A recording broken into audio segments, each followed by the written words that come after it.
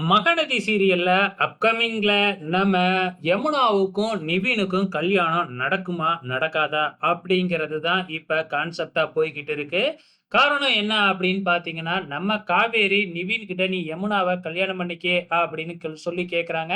ஆனா நிவின் வந்து முடியவே முடியாது அப்படின்னு தான் சொல்லியிருக்கிறாங்க. ஆனா காவேரி இருந்து நிவின பயங்கரமா பிளாக்மெயில் பண்ணிக்கிட்டு இருக்கிறாங்க. யமுனா கிட்ட போயிட்டு "நாளைக்கு உனக்கு கல்யாணம்.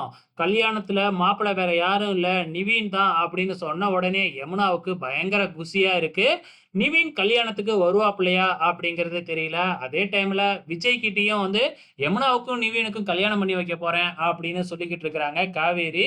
இப்ப யமுனாவும், காவேரியும் வந்து விஜய் கூட தனியா இருக்காங்க இல்லையா? அவங்களோட வீட்ல. ஸோ இங்க வந்து பார்த்தீங்கன்னா, ஃபார்ம் ஹவுஸ்க்கு வந்திருக்கோம் அப்படின்னு வீட்ல சொல்லி வச்சிருக்கிறாங்க. இப்ப திருப்பி வீட்டுக்கு போகும்பொழுது நம்ம யமுனா, நிவின் கல்யாண கோலத்துல தான் போவாங்க அப்படின்னு நெனைக்கிறேன்.